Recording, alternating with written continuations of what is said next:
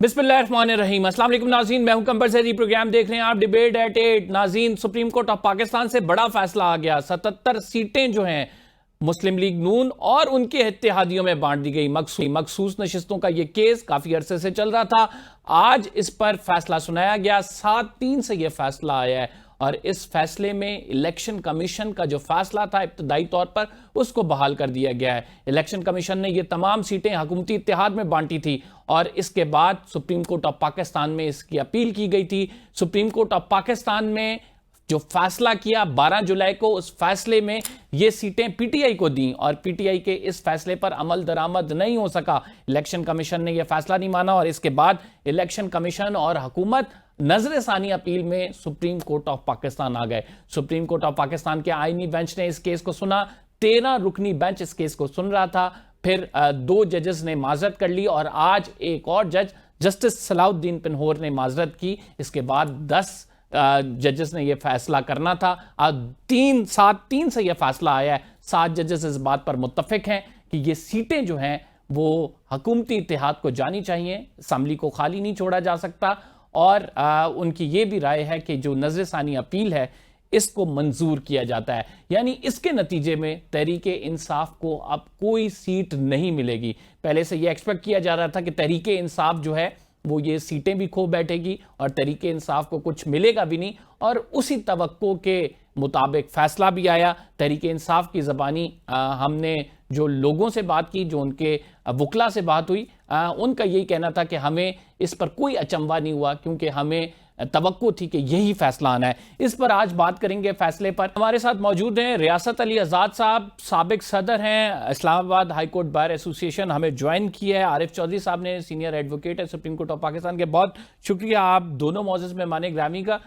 Starting from you रियासत साहब, what do you think कि ये एक्सपेक्टेड था डिसीजन और वो डिसीजन अब आ चुका है? जो नशिस्तें हैं वो दे दी गई हैं मुस्लिम लीग नून और पीपल्स पार्टी को, पीटीआई महरूम हो गई है इन नशिस्तों से। रहमाने रहीम। कंबर भाई, 2 बुनियादी बातें।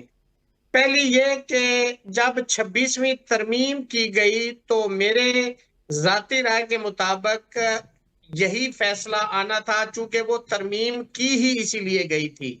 एक दूसरी बात यह है कि भाई जिनका हक बनता था, जिन्होंने एग्जाम दिया 100 नंबर का, अगर उनके 50 नंबर बनते, 75 बनते, उनको नहीं दिए।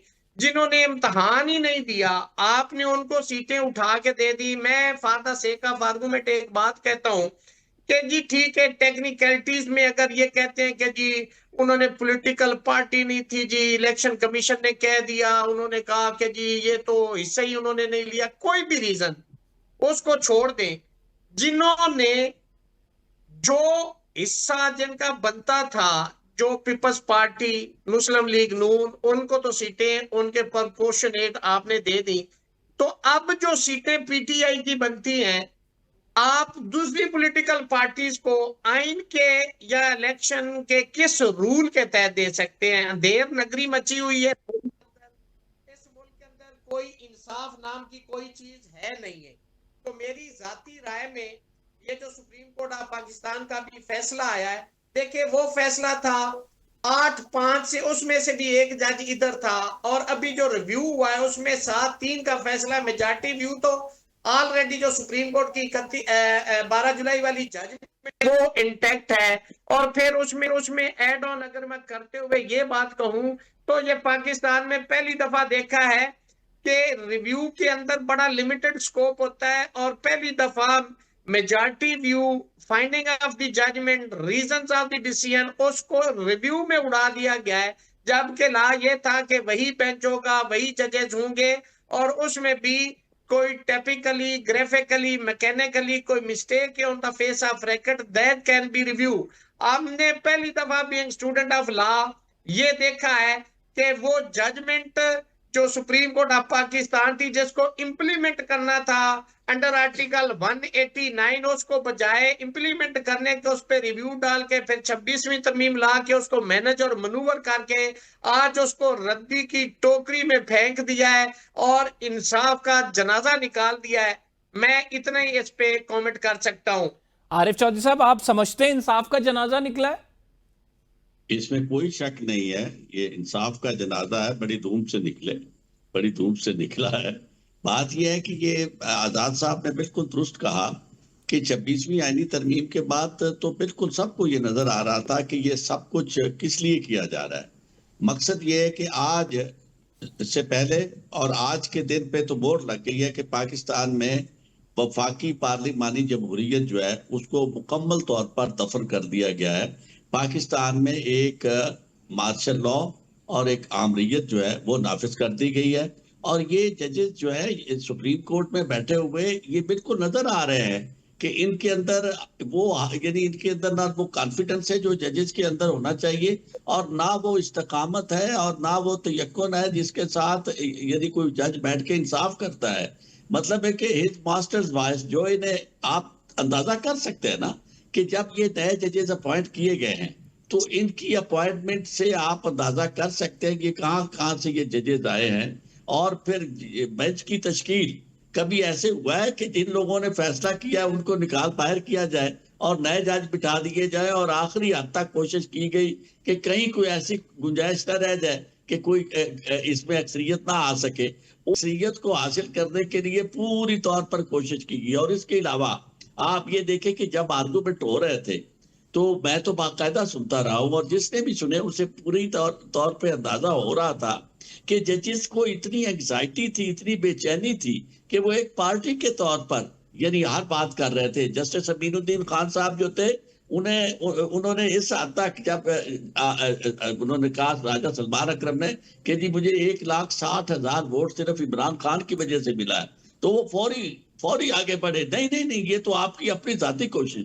पाकिस्तान में कोई दुनिया, बल्कि पूरी दुनिया में कोई ऐसा शख्स नहीं है जिसे ये भूल हो कि पाकिस्तान में ये इलेक्शन जो था पीटीआई ने इमरान खान के नाम पे जीता, और लोगों ने तमाम मुश्किलात अबूर करके पीटीआई को, इमरान खान को वोट दिया। और जिस अंदाज में मैंडेट चोरी किया गया, और उसके बाद जिस अंदाज में अब तक ये सारी सूरत हाल, इससे पहले यही तकरीबन बेंच था जिसने फौजी अदालतों को यानी कहा कि जी फौजी अदालतें सिविलियन का ट्रायल कर सकती है। तो आप अंदाजा कर लें जो मकसद था उनका वो यही है कि पाकिस्तान में पहली बात तो यह है कि आपकी जो ये जमहूरियत है वो बराए नाम हो, और आपकी पार्लियामेंट जो है वो एक ऐसी पार्लियामेंट हो जो बेवकत हो, और उसमें जो इशारा पीछे से आए उस इशारे के मुताबिक वो फैसला करे। और तमाम तरमीम जिस तरह की भी ये चाहे वो उस तरह की तरमीम करके उसके बाद ट्रायल किया जाए इमरान खान का और उनके साथियों का, फौजी ट्रायल किया जाए और उन्हें मंतकी अंजाम तक पहुंचाया जाए। ये मिशन है। अब आप अंदाजा कर सकते हैं कि इसके बाद अगर कोई शख्स ये सोचता है कि पाकिस्तान में इंसाफ के नाम की कोई चीज मौजूद है या पाकिस्तान में अदालतें मौजूद है, तो वो मैं और आजाद साहब तो नहीं समझते, और हमारे साथी जो है लॉयर्स वो भी नहीं समझते। बाकी जाहिर है कि जिंदगी तो हर एक ने गुजारनी है, तो मैं ये समझता हूँ कि कुछ थोड़ा सा ख्याल इनको करना चाहिए था। हुकूमत वक्त को भी करना, हुकूमत वक्त हो तो खैर तवक्को की नहीं जा सकती, उनका तो मकसद ही है। और चोर जो है जब चोरी करके आया होता है तो उसको तो इससे गर्ज नहीं होती। रियासत साहब, इस तमाम मामले में अगर देखा जाए तो टेक्निकल गलतियां भी हैं। तहरीके इंसाफ की जानिब से लिस्ट फराम नहीं की गई, तहरीके इंसाफ की जानिब से निशान के लिए अप्लाई नहीं किया गया। वो तमाम चीजें जो केस में सामने आई हैं उससे पता लगता है कि टेक्निकल फॉल्ट पीटीआई के बिहाफ पे भी कुछ ना कुछ था। क्या टेक्निकल फॉल्ट था? मैं रियासत साहब रियासत साहब से आप आंसर ले लूं, फिर उसके बाद आपकी तरफ आता हूं। कमर भाई, मैं कहता हूं टेक्निकलिटीज पे भी आ जाए, मान ले, मुझे सिर्फ ये बताएं कि किन टेक्निकलिटीज की बुनियाद पे आप दूसरी पॉलिटिकल पार्टीज को आप सीटें दे सकते हैं। अगली बात पे आ जाएं। मैं समझता हूं नहीं, क्या असेंबली को खाली छोड़ा जा सकता है? ये भी तो एक सवाल था ना कि क्या। मेरी गुजारिश सुने, इसका मतलब ये नहीं है कि आप किसी की कोई चीज, कोई प्रॉपर्टी को राइट आप उठा के किसी और को दे दे, इसका ये हाल नहीं है। अगली बात ये है कि इस फैसले ने इस निजाम को बिल्कुल नंगा कर दिया है। आज सारी चीजें एक्सपोज होगी। मैंने उन लोगों को भी, मुस्लिम लीग नून के वो लोग जो मेरिट और आइन पे बात करने वाले, मैंने उनको सुना, उन्होंने कहा कुछ भी अख्तर औसाफ जैसा शख्स भी ये बात कह रहा था कि ठीक है अगर पीटी पीटीआई को सीटें नहीं मिलती, लेकिन दूसरी पॉलिटिकल पार्टीज को नहीं दी जा सकती। मेरा भी यही व्यू है, और मैं समझता हूं कि हमेशा सुप्रीम कोर्ट में होता है कंप्लीट जस्टिस, जहां पे ये होता है कि मेरिट के ऊपर उसको वो हम एक बहुत एक टेक्निकल एक जुमला इस्तेमाल करते नहीं, हैं, तो law ये जो favors 7 the जजेस साहिबान हैं, ये क्या on राय देंगे, merit rather अपनी than the अपनी जजमेंट को क्या लॉ बैकिंग technicality। देंगे? जी मैंने कहा ये जो जजेस साहिबान हैं जिन्होंने इस हक में फैसला दिया है, ये अपनी जजमेंट पे क्या दलाइल देंगे, क्या लॉ बैकिंग होगी उसकी? ला देखिए, मैं आपको अर्ज करूं, ये जो फैसला देंगे ये ना, उसकी जी reasons जी, है। आरिफ साहब से बिल्कुल। बात कर लूं।